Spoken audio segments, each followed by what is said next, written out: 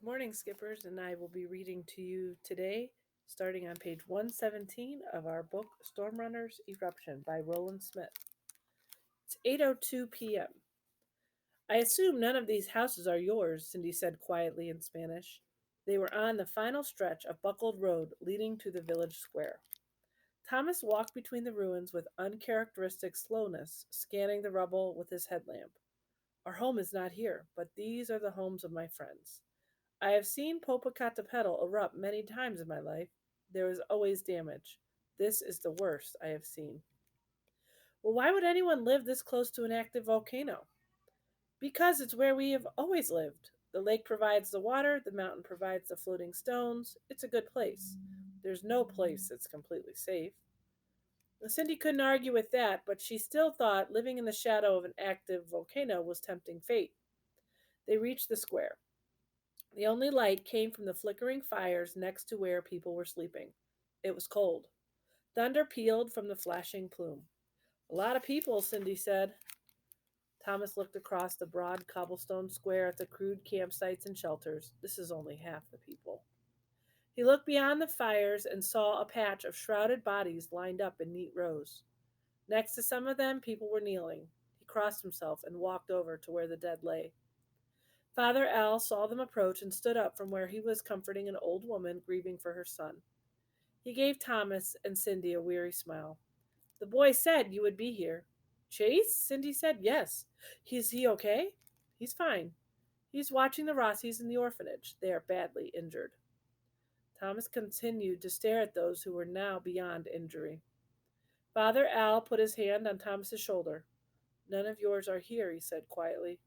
The orphanage was spared. Guadalupe and the children are alive and well. Thomas nodded stoically, but it was clear that he was greatly relieved. The generator? He said. Broken, Father Al said, but it can wait. You and your friend need to rest. You've had a long journey. Well, I will fix it now, Thomas said. 8:17 p.m. Chase felt a hand on his shoulder and started awake. He turned around. Cindy was standing behind him with her finger to her lips, motioning for him to be quiet. He looked at the Rossies. They were both sound asleep. He stood up. Thomas was not with Cindy, but she wasn't alone. A girl a few years older than Chase was standing in the doorway. They walked over to her. This is Blanca, Cindy said, Thomas's oldest daughter. Chase recognized her from one of the photos on Thomas's dashboard. He gave her a smile, and she returned it with a smile of her own. Guadalupe is down in the kitchen cooking. Thomas is with her, and Blanca will watch the Rossies. Well, I don't mind watching them, Chase said. Well, Thomas needs your help with the generator. Chase couldn't imagine Thomas needing help with anything mechanical, but he was pleased to be asked for. As they walked down to the first floor, Cindy explained what had happened since they had separated. Her voice got a little shaky when she came to the part about dangling over the abyss. He knew how she felt. If the pileup had given way when he was crossing it, he would be dead. Fate, he thought. So Nicole and my father are okay, he said. And Mark, Cindy said. Right. He had completely forgotten about the sixth member of their team.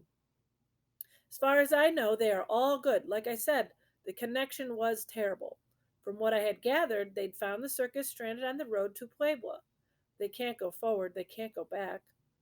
Well, kind of like us, Chase said. Cindy nodded. He said something about elephants and cats getting killed.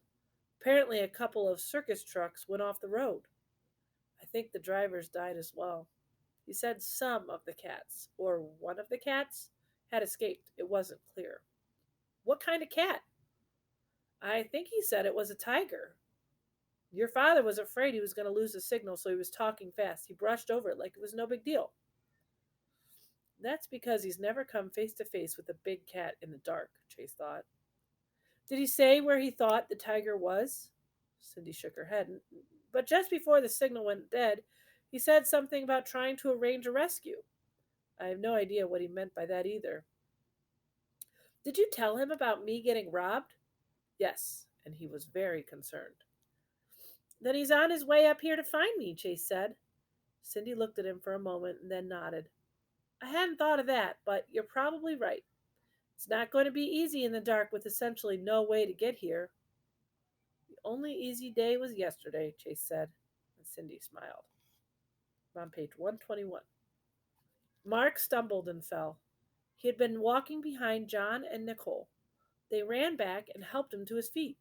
He was more concerned about his camera than he was about broken bones. I'm fine, he insisted, checking the camera. I was focusing on the pug marks, not paying attention to where I was stepping. He turned the camera on and looked through the viewfinder.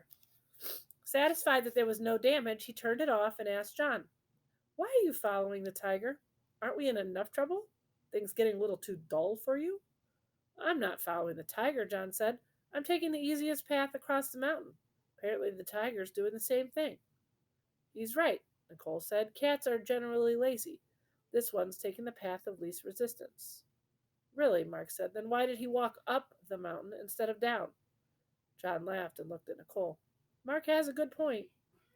"I guess," Nicole conceded. "Here's the deal," John said. "We may bump into the tiger or we may not. Doesn't really matter. We don't have anything to defend ourselves with. We can't outrun it. Therefore, the best thing we can do right now is to forget about the tiger. We need to concentrate on getting to Lago. That's our only option." Mark looked down at the pug marks. "Or we could walk in the opposite direction." "You mean walk back down the road?" John asked. "Yeah." "Suit yourself," John said, and continued walking in direction of the pug marks. "Mr. Charm," Mark muttered. Nicole smiled. "Are you really okay?" "Well, I'm fine. You're the cat expert. What do you do when you run into one in the dark during a volcano eruption?" "Well, cats generally go after the weakest or the slowest." Mark looked at his camera. "This thing is going to be the death of..." A lightning bolt struck the ground not 20 feet in front of them. Nicole and Mark were blown off their feet. They landed on their backs with the air knocked out of them.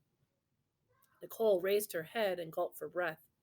The air was filled with the sharp, acrid smell of ozone. She wasn't exactly sure what had happened. She sat up. "Mark?" "Yeah?" She could barely hear him.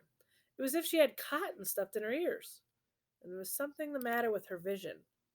Flashes of bright light pulsated across her eyes, making it impossible to see more than a few feet away.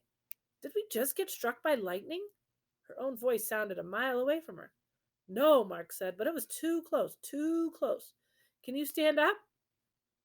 Nicole turned her head, surprised to see he was right next to her. "You sound a million miles away." "Eardrums," he said. "We'll be okay in a little bit. Can you stand?" "I think so." She felt him take her hands and pull her to her feet. "I'm having a hard time seeing," Mark said. That will come back too," Mark said, his voice sounding a little less muffled. "The flash was pretty bright. Blinded me too for a minute, but things are beginning to come into focus again. What about..." Nicole began. "That's my next stop," Mark said. "I'll run up ahead and see how he's doing. He probably didn't even notice that we nearly got hit." Nicole doubted that. "Wait here," Mark said. She wasn't about to wait there. She followed him. 50 feet away, they found John Masters lying on the ground. His eyes were closed. He was pale. His right foot turned at an unnatural angle. Nicole kneeled down next to him. "He's not breathing," she said. Page 124. As Chase and Cindy reached the first floor, the air went still. They stopped and they looked at each other. "The rumbling is gone," Chase said. Cindy nodded. "I hadn't really noticed the noise until now." "Well, I wonder what it means," Chase said. They walked into the kitchen and saw Thomas standing at the window. He was holding two young children in his arms and looking out at Popocatépetl. Guadalupe stood behind him, stirring a delicious-smelling stew on top of a wood stove. "The moon," Thomas said in English, giving Chase and Cindy a rare smile. They joined him at the window. The full moon shined brightly next to the plume, casting an eerie light down the mountainside. "Is it over?" Cindy asked. Thomas nodded. "For now." "Well, how do you know?" Chase asked, hoping he was right. "Experience," Guadalupe answered in surprisingly better English than Thomas spoke. "The worst is behind us. We will mourn our dead, then we will rebuild." Thomas put the two children down and looked at the bump on Chase's head. "I'm fine," Chase said. "Good." He handed Chase his go bag. We need to fix the generator. Chase pulled his headlamp out and slipped it on. The tiger stood listening in the stillness. He looked up at the moon until the ash cloud hid the light. He drank more water. The people were close. He could hear them talking, and he was hungry. 8:22 p.m. Breathe, Nicole shouted. She was on her knees next to John Masters doing rapid and deep chest compressions with the heels of her hand. What can I do? Mark asked, a look of panic and fear on his face. Nothing. She stopped the compressions, moved to John's head, tilted it back, and filled his lungs with 2 quick breaths, then started the compressions once again. Mark paced back and forth. John Masters' luck seemed to have run out. What are the chances of getting struck by lightning twice? He shouted in angry frustration. He looked up at the plume, expecting to see more lightning, but the flashes had been replaced by moonlight. The plume seemed to be breaking up, the wind blowing the ash cloud to the east. And it's quiet, Mark thought. Popocatépetl's roar had stopped. The only thing he could hear was Nicole's rhythmic compressions as she tried bringing Lightning John back to life. Breathe, she shouted again. Please. Chase and Cindy followed Thomas out the back door of the orphanage. He led them over to a locked shed. He pulled a key ring out of his pocket and unlocked the double doors. Behind the doors was an impressive collection of tools: power tools, hand tools, compressors, a portable generator, a welder. Chase smiled. He has his own private tool stash. Visiting Lago only once a year must have taken him years to accumulate all of this stuff. Thomas started picking tools off the wall and shelves and putting them into a heavy duty canvas bag. He looked at Chase and pointed to the portable generator and the dollied acetylene torch used for cutting metal. Now Chase knew why Thomas had asked for his help. It wasn't to wield tools, it was to haul them. I can carry something, Cindy said. Thomas offered her his go bag. Not a chance, she said. She grabbed the dolly with the heavy acetylene and the oxygen tanks. Breathe! John Masters did. His mouth opened. He sucked in a loud gulp of air. You saved his life, Mark shouted. John stared up at them, disoriented and confused. What happened? Lightning, Nicole said. Again? John said weakly. He tried to sit up, but he didn't get very far. He collapsed back onto the ground with a groan. I'm afraid I broke or bruised some of your ribs giving you CPR. Where did you learn CPR? John asked weakly. Lifeguard class, but I've never had to do it on a real person. Well, thanks, he said hoarsely. Not for the ribs, but for safe. He stopped mid-sentence. What's the matter? Nicole asked, concerned. What's that sound? Well, Mark smiled. Where's the sound? Mark smiled. While you were taking your cat nap, the volcano shut down. A cat nap, huh?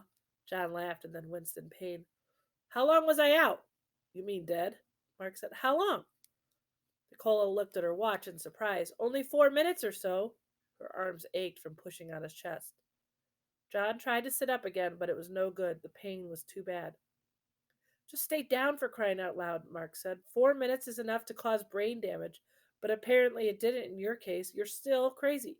And Nicole didn't give you the complete diagnosis. Your right leg is broken, or at least twisted up pretty badly. Since you weren't breathing, we didn't think it was important. Well, I'm breathing now. John tried to raise his head to see his leg, but failed. Take a look at it. Nicole and Mark looked without touching it. His right foot was at a right angle to his leg, swelling out of his boot. It's your ankle, Mark said. It looks broken. Well, I might be able to set it, Nicole said, but I'd have to go back down to the tree line to get wood. Even if you set it, I wouldn't be able to walk. John laid his head back down and looked up at the sky. He laughed.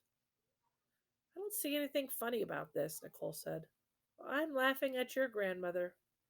Nicole wondered if John Masters did have brain damage after all.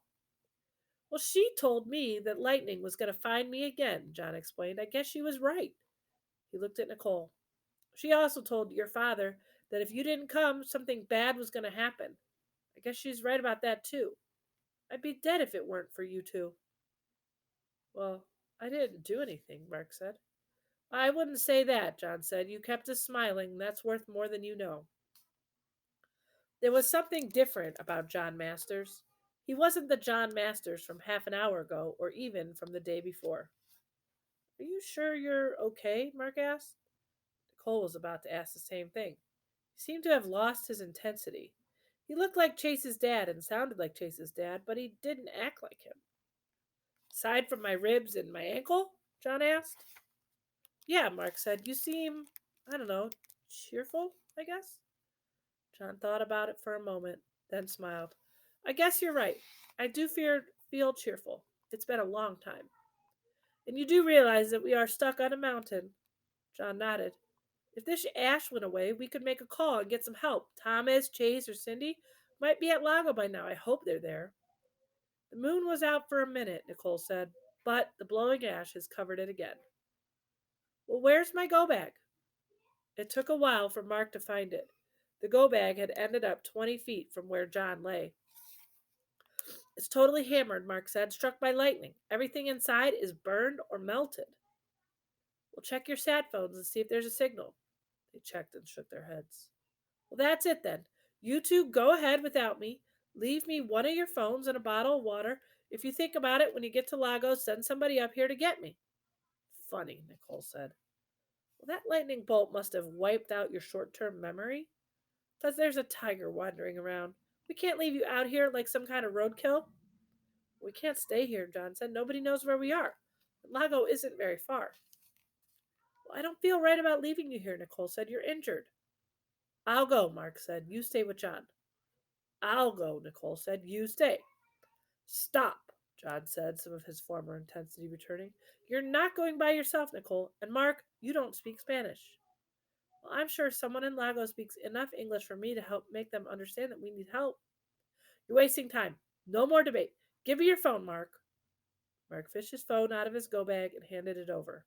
Nicole gave him a bottle of water. I still don't feel right about this, Nicole said. Well, just go, John said. Mark set something down next to him. What's that? John asked. It's the camera. Keep an eye on it for me. Well, will do, John said. He listened to them walk away. Cheerful, he thought. It's more than that. Content is more like it. That first bolt of lightning took something away from me. Maybe the second one brought something back. I'm so dense. It took not one but two bolts of lightning to square me away. He hoped Chase was okay. He was eager to see his son. The tiger saw the lights and walked toward them. The smell of food was in the dusty air. It was time to eat, time to drink, time to find a safe place to rest with a full belly. He heard the human voices, unfamiliar voices. He was nervous, but he didn't care.